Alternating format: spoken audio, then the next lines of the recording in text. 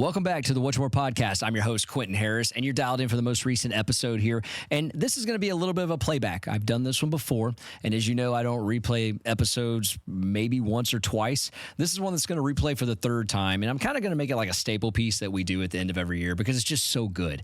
And this is my dear friend, Dr. Steve Tufts, and you guys are going to hear him talk about a victim mentality and an achiever mindset and setting goals effectively going into the new year. This is just an episode, the second time we replayed it just got so many views and so many comments, and it's so effective of how he talks about these things. It's talking about setting goals in a way that you really don't normally think about, and he uses things like the domino effect and talks about sphere of influence and building a resilient mindset. We've gone through a lot together in 2024, and as we head into 2025, I just can't help but think that these principles still apply, and I'm sure they will for years to come. So I hope you guys enjoy this episode as much as we did making it, and thanks for tuning in. We'll see you at the next episode of What's Your One More.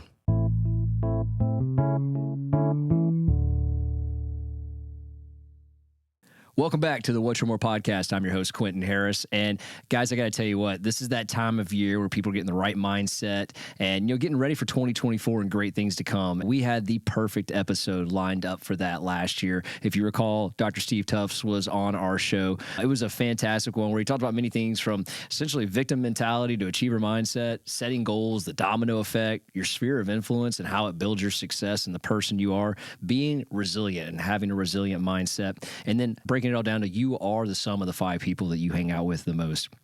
Lots of lessons, lots of nuggets. It was an hour and 14-minute show. We went back, took all the highlights, and condensed it down to 28 minutes. To my dear friend, Dr. Steve Tufts, thanks again for this episode, and I hope you guys enjoy episode 120. You're a former owner-operator of Keller Williams company here at Atlantic Beach, called Atlantic Partners, and you spent a good amount of time there and worked your way through a recession into success. Tell us a little bit about that as we get started here. Well, yeah, Quinton, first, thanks for having me. Thrilled to be here and honored to be invited. So, I've had an interesting career. I've spent 22 years or something like that in corporate America, and reached the corner office of corporate America and decided sometime around 1998 or thereabouts that I was making a lot of money for other people and that I should probably try to apply my skills and all of my energy toward making money for myself, for my own family, and my own partners. So I went out on my own and owned several companies. And along the way, I ended up kind of entering into the back door of the residential real estate business in Atlanta, actually. And in the third year of having that team, we were the number one team for Keller Williams in the whole state of Georgia, number 27 in the nation.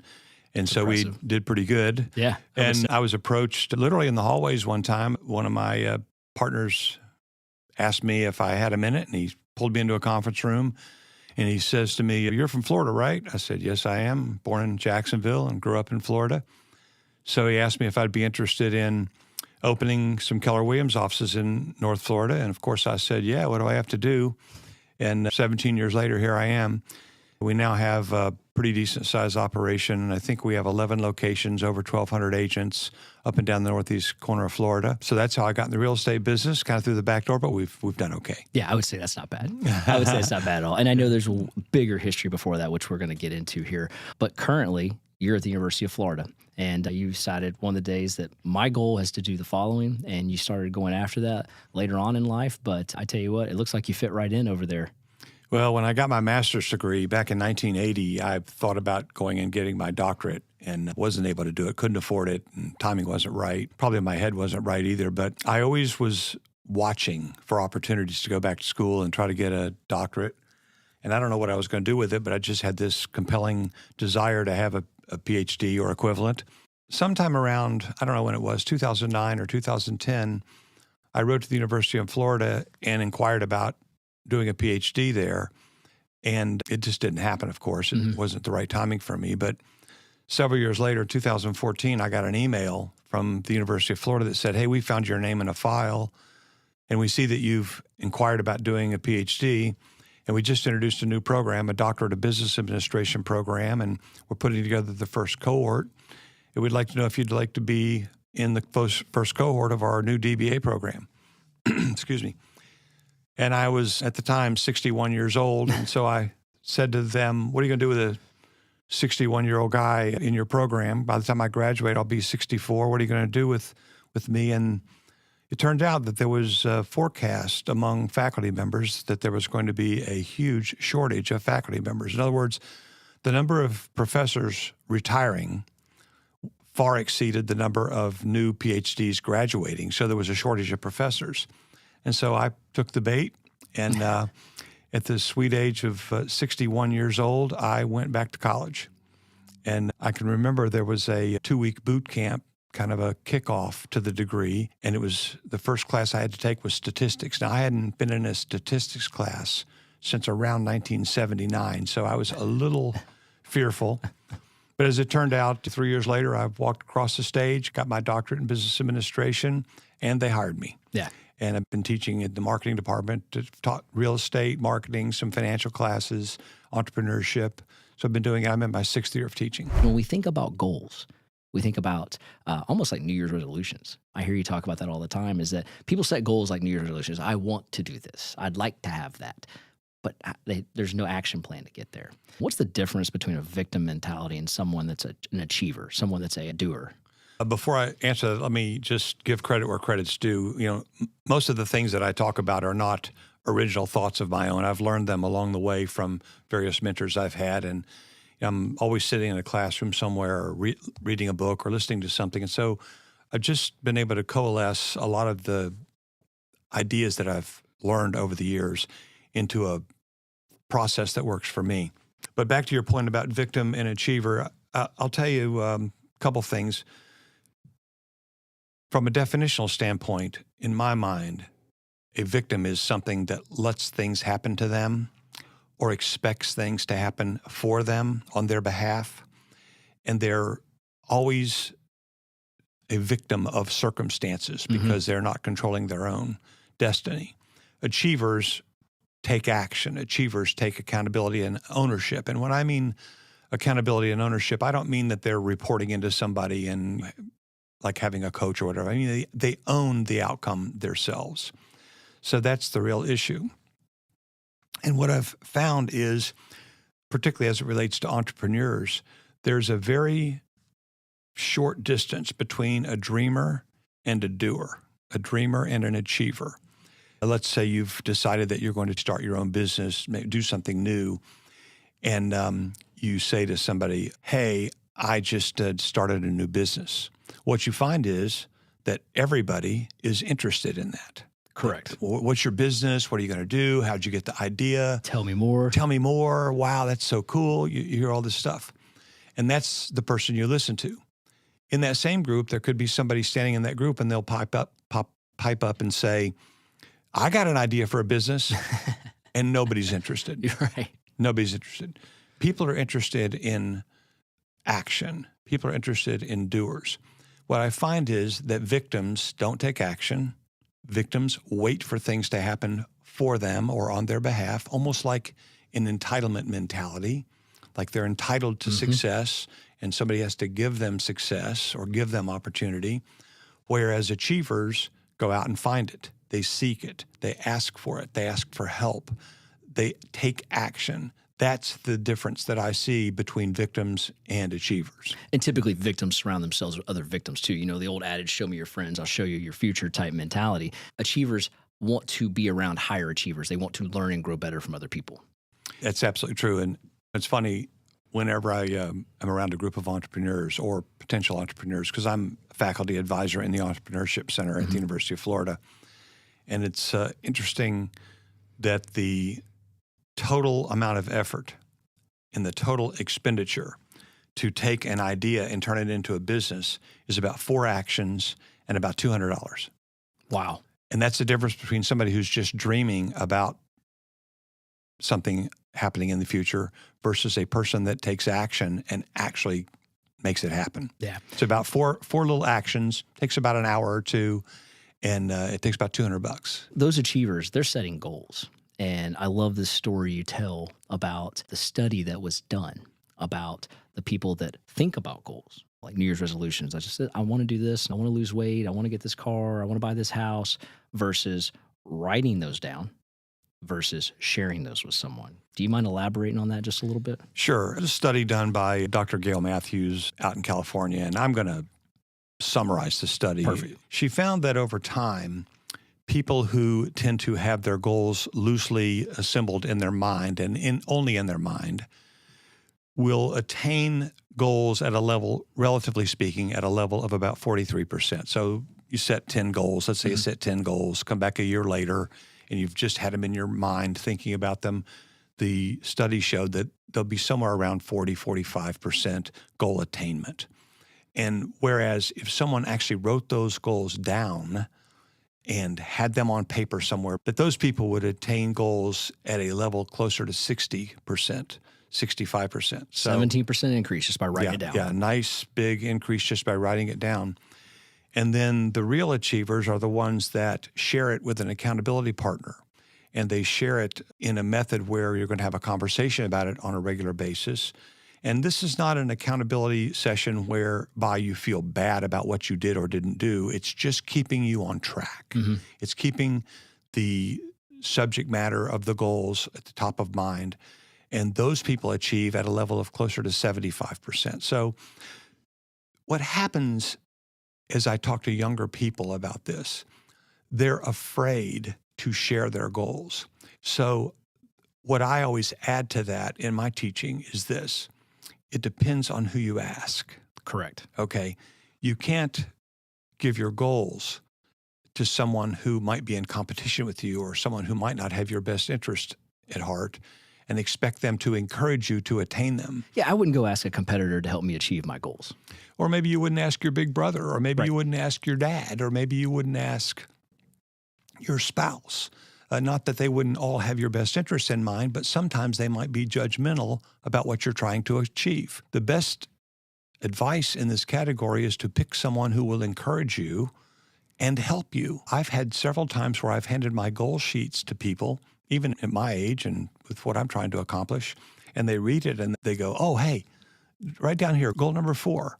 I know a guy I can introduce you to that could help you there. There it is. So not only am I getting encouraged, I'm getting assistance. You're getting people to buy into your goals. Correct. And you're getting people to help you because you're sharing it with them. They're like, I can be of assistance. Correct. I can help. Correct. So what I find in general, particularly in younger people who are new to the goal setting process, is this fear of judgment causes them to not want to share their goals, and therefore they don't achieve them. When people set goals, statistics show it's always around New Year's. We're creating some sort of New Year's resolution. That is, the media pumps that into people. They've been taught that. It's easy. And so people set goals and go, this year I'm going to be a homeowner. I'm going to invest in my 401k.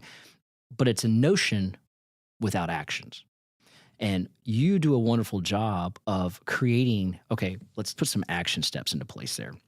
And I love how you talk about this process of one primary goal with 3 strategies to help obtain that goal. And inside of each strategy, we're going to put 5 action steps because it's easier to keep count of those action steps and go, all right, got this one, got that one.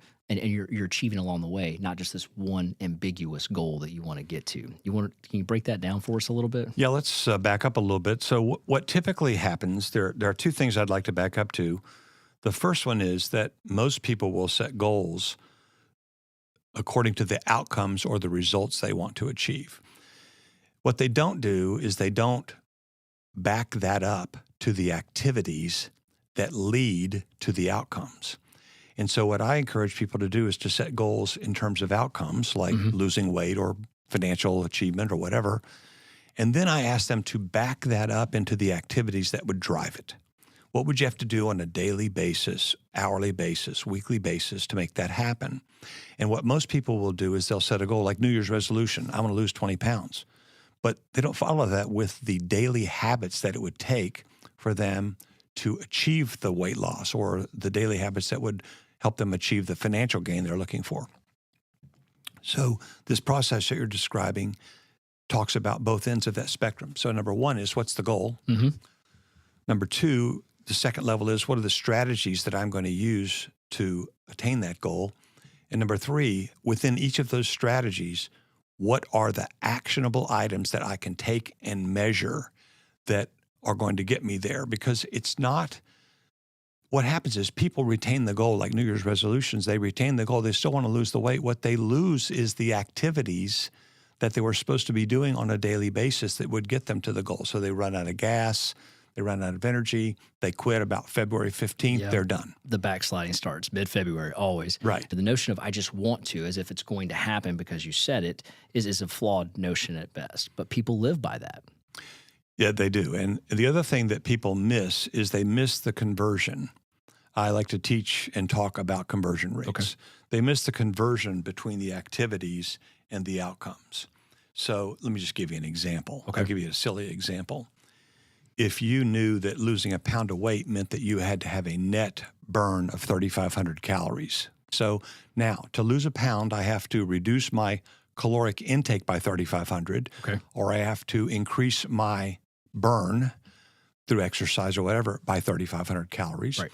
And so now I can convert back to what are the activities I have to do on a daily basis. How far do I have to walk? How many calories do I have to eliminate from my diet? What type of cardio exercise do I need to do? So that conversion of 3,500 calories per pound, that's the conversion between the outcome and the activity. And that same type of conversion can be applied anywhere. Quinton, you and I both know in our businesses, which are largely referral-based businesses, that in order to get referrals, I have to have a certain top-of-mind position with the people who are going to refer me. And that top-of-mind position is attained by interacting with these people over time until they realize that we're the best referral destination for them. And so if we knew how many times we had to talk to that person in a year in order to be in top of mind with them so that they would refer to us, then we would know exactly how many times we have to talk to people. Yeah, and it really is that simple, but we tend to miss that mark. And a lot of people tend to miss that. And obviously we're using an extreme example here at 3,500 calories. We understand that. But the notion is that you have to have a metric and you have to understand it in order to achieve it. But you can put actionable measures in place to get there. That's correct. And a lot of people just don't do that because they don't think like that. And they haven't been taught. It's not their fault. They just haven't been taught that yet. And so one of our goals in this podcast is to get people to think about these actionable steps more so than just the goal. Because if you do the actual steps, the goal will help itself. Now, there's something that you've brought up numerous times, and this kind of goes bringing it into the one thing, as we've heard many people inside of your organization talk about, mainly because this is Gary Keller's book that he wrote. But inside that, he says the domino effect. Correct. And will you speak to that for just a moment to our audience and let them know exactly what this is? One of my favorite analogies, by the way. So the domino effect is a visual in my mind that Gary Keller and Jay Papasan, who wrote the book, The One Thing, that they created out of research that they did. It's a wonderful visual. And the science on it is that a domino has the ability, as it topples, to topple a domino of 50% larger area or And mass. this is scientifically proven. Correct. When you think about that as a visual, it means that if you have a small thing in front of you, but it has the ability to topple something 50% larger, then to the extent that you could line these dominoes up in a row so that something small could then topple something 50% larger, which in turn would topple something 50% larger, which in turn would topple 50% larger. And so the domino effect is taking a small action that's well calculated. Then you realize that the small action that I take now, if it's in line with something larger and then subsequently larger and larger, then the compounding effect of 1.5 times 1.5 times 1.5 times 1.5 becomes massive over time, provided you take the first action. If I'm a salesperson, let's just do this real quick. If you're a salesperson and you want to make 7 figures, that might be to the moon for you, right? So let's say 7 figures. One actionable step is lead generating. If you can lead generate, just that's all you got to focus. Your whole day is based around lead generating. It's interesting that we've actually seen that domino impact that result. So here's the way to think about that. Okay. If the domino, you got to remember, number one, they have to be close together or they don't topple into one another. Number two, they have to be in a line or they don't topple one another. And so if we use your analogy of lead generating as a salesperson, if you're spending your time hanging out with your buddies, that's not lead generation. Correct. If you're spending your time meeting new people, that's lead generation, and that has the ability to topple another domino. To make the dominoes really fall, you want to hang around with people that have influence. They have influence in circles where you don't have influence. That's a domino that has a compounding effect because it's not just you and one of your buddies. It's you and somebody in a completely different circle that can increase your network and thereby increasing your amount of potential referrals. Yeah. And so we think about influence. It's an interesting sphere of influence. I think today's world thinks a sphere of influence is, hey, if I can get this person to follow me online, or if this person befriends me online and they've got 22,000 organic followers, I'm gaining influence. That's one way. But the most effective way is what you're describing right now, and that's sphere of influence. And sphere of influence is something that I think is just, it's a lost talking point that a lot of people are not aware of. And I'd love to take a minute to define that because you said that. So can you talk a little bit about sphere of influence and the importance of that? And actually the study you did on that, I thought was just absolutely incredible, that talks about doesn't matter how you look, doesn't matter what you say, that sphere of influence is the only thing that matters. Well, it was the subject of my doctoral dissertation, so thanks for giving me the lead in on that. There you go. First thing is, I'll say that although we talk about sphere of influence fairly freely in our world, in the practitioner world, you and I talk about sphere of influence like we talk about having a car out in the parking lot. It's all the time. Just part of what we do. Mm-hmm. Because it's so important. In academia, where they do this type of scholarly research, no one had really ever defined or researched sphere of influence. And so I published one of the first papers.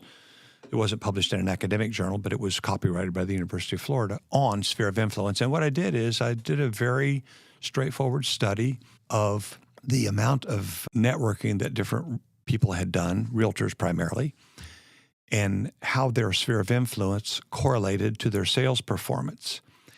And the point you're making is that I also added to the study the concept of, does personality matter? What I did in this study is I actually assessed personality to see if there was a correlation between people's personality and the results that they were achieving, the outcomes they were achieving.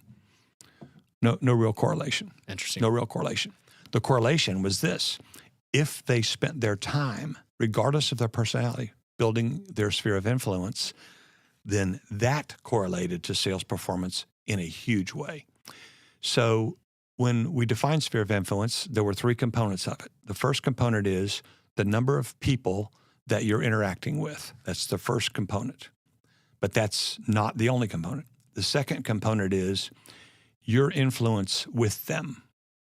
In other words, you could know a lot of people, but if no one respects you, then you have no influence. Correct. Okay, so the second component was your influence over the group. The third component was their influence over others. So probably the most important. Right, because that's the domino effect. Correct. That's the compounding. If you have influence over them and they have influence over others, then you find this compounding effect taking place and you're growing your business. So today is December 16th. The economy is not in the best position, and we're hearing a lot of negative in the news. There's a lot of negative as to where we're going, a lot of opinions that's going on. And if you listen to our show, we have our opinions of that as well. Mindset is extremely important in these times. And when we talk about mindset, this isn't the first time we've seen some sort of decline in the economy or something that's maybe out of our control, right? And you've gone through some personal journeys with this, and you recently shared those with me. Do you mind sharing those with our listeners? Well, I don't know if I'm a magnet for distressed industries, but yes, I have had 4 rounds in my life of dealing with a distressed industry, starting in the 70s with something that happened with plastic pop bottles at a company I was with, and then continuing into the 80s when I worked in the oilfield services business, and the oilfield services business went into the toilet. And then in the 90s, I was affiliated with the insurance industry when Hurricane Andrew blew through Florida and decimated the insurance industry, and it went through massive change. And then, of course, adding to my experience, I opened my first real estate office in the middle of 2006, right before the global financial crisis, which was, of course, driven by real estate collapse. And so I've been through 4 of them personally and survived all 4 of them. And there are some common themes that I've noticed from looking back on these 4 different, very different distressed industry condition situations. And so there are things that I've seen that really have stuck with me. The thing that I have learned is to have the complete opposite mindset that you would think you would have. Most people would say, oh my gosh, things are so awful out there. By the way, that's a victim mentality. things are so awful out there. I'm just going to wait until things improve. I'm going to wait till interest rates go down. I'm going to wait till inflation subsides. Or I'm going to wait until Joe Biden's not president, or whatever they say. They're going to wait. I actually have the exact opposite feeling about this, which has allowed me to survive and actually thrive in all four of these times in my life when there's been a distressed situation. And that is, I figure that everybody else is quitting. Everybody else is waiting. Everybody else doesn't know what to do. And so I'm going to take action. And so my mindset is, during these times of industry distress, regardless of the industry, I've seen common factors. What I've seen is massive market share shifts. And so you'll see, for example, in the last real estate crisis we had in 2006 through 2009, 10, 12, whenever you want to say it ended. But back in the last one, I remember how many people decided they weren't going to do short sales. Now, without going into detail about short sales, it was a different way of closing transactions. And so you either did it or you were out of business. And I remember how many people would say, I'm not going to participate in short sale real estate transactions. Guess what? They didn't sell any, they didn't do any business. Out of the business. Other people said, wow, this is an opportunity for me to learn to do something that nobody knows how to do. And they gained massive market share because they learned how to do short sale transactions. They adapted. So for me, mindset in these times of distress is about, okay, what opportunity does this create? Because there's an upset to the industry. So the rules are changing. So what do I do with rules changing? Can I be a quick adapter, or am I going to be a laggard and not adapt? Is my mindset going to be, this is my time to gain market share? Or is my mindset going to be, gosh, times are tough out there. I'm just going to take a break until it gets better.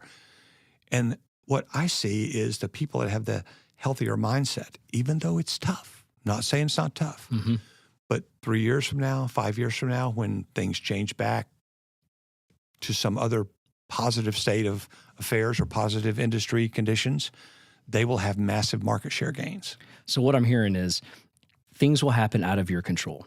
You didn't cause these economical strifes that happened during that time. However, due to adaptation and due to mindset, you can still be successful. Not can be. You got to do it if you want to be successful. There you go. Not just can be. You have to do it. I'll never forget this. I said in the audience when you told a young man, he was explaining his challenges, his stuff, and you said you need to change your audience. You need to change the people you hang out with. You need to change. And I mean, this was a 26-year-old man you're telling this to. I'll never forget. 2 days later, this person moved out of the house he was living in with the people that he identified as the problem based on what you told him. And then I watched what happened to that young man years afterwards as far as career success and how much happier he became. But that was a giant leap of faith. That took a huge amount of just fortitude to do it, and he did it. But I watched you tell him, if you don't do that, that won't change. And darn if he didn't do it. I was shocked. To this date, still shocked he did it. But he did no quarrels, jumped right out and did it. Parenting 101. Watch who your children are hanging out with. Yeah. So just moved forward into the professional world. Watch who your understudies are hanging out with. If they're hanging out with complainers and victims, they will become one. If they're hanging out with high achievers, they will likely become one. Yeah. Show me your friends. I'll show you your future. Exactly. So, Steve, thank you so much for joining us today. It's been an honor having you here. I always enjoy hanging out. Usually we're doing this over a beer, but it's too early in the morning to be doing that. But thanks again for stopping by to the podcast. Where can people learn more about Steve Tufts and maybe find you on online? Well, I have a website. It's thetuftsgroup.com. Okay. Just very straightforward, thetuftsgroup.com. They can read my bio, and I've got contact information there and links to all the businesses and all the things I'm involved in, where they can enroll as a marketing student at the University of Florida, and I'll find them there. How about that? I love it.